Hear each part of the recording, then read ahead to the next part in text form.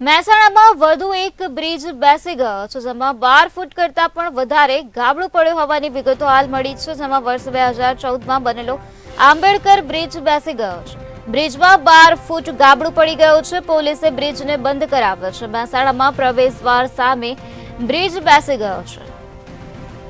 તો મહેસાણાથી આ મહત્વના સમાચાર સામે આવ્યા છે, જ્યાં વધુ એક બ્રિજ બેસી ગયો હોવાનું સામે આવ્યું છે, જેમાં વર્ષ 2014માં આ બ્રિજ બન્યો હતો. ત્યારે 2014માં બનેલો આંબેડકર બ્રિજ બેસી ગયો છે. આ આંબેડકર બ્રિજમાં 12 ફૂટ ગાબડું પડેલું પણ જોવા મળી રહ્યું છે. પોલીસે બ્રિજને બંધ કરાવી દીધો છે. ત્યારે મહેસાણામાં પ્રવેશ દ્વાર સામે જ આવેલો આ આંબેડકર બ્રિજ બેસી ગયો હોવાની વિગતો હાલ સામે આવી છે.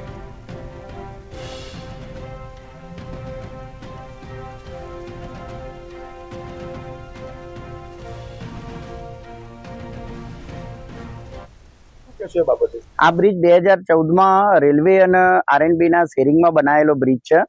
આ બ્રિજ સિટીના બે મુખ્ય ધોરીમાર્ગને જોડતો રસ્તો છે.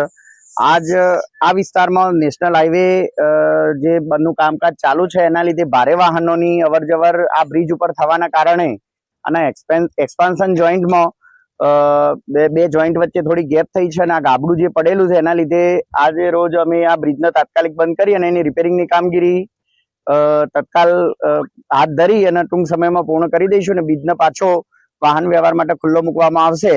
હવે આ બ્રિજની કામગીરી જે તે વખતે કરવામાં આવેલ હતી, એ વખતે કરેલ કામગીરી પછી આ બ્રિજ અમે રિપેરિંગ અને રીસર્ફેસિંગ માટે પણ જોબ નંબર લીધેલો હતો અને રસ્તાના ટ્રાફિક અન્વયે અમે માનનીય કલેક્ટર સાહેબને જાહેરનામું આપવા માટે અરજી બી કરેલી છે અને એની ટૂંક સમય કાર્યવાહી હાથ ધરી અને કામગીરી પૂર્ણ કરવામાં આવશે. આવું થાય તો શું કરી શકાય? ભ્રષ્ટાચાર ગણી શકાય?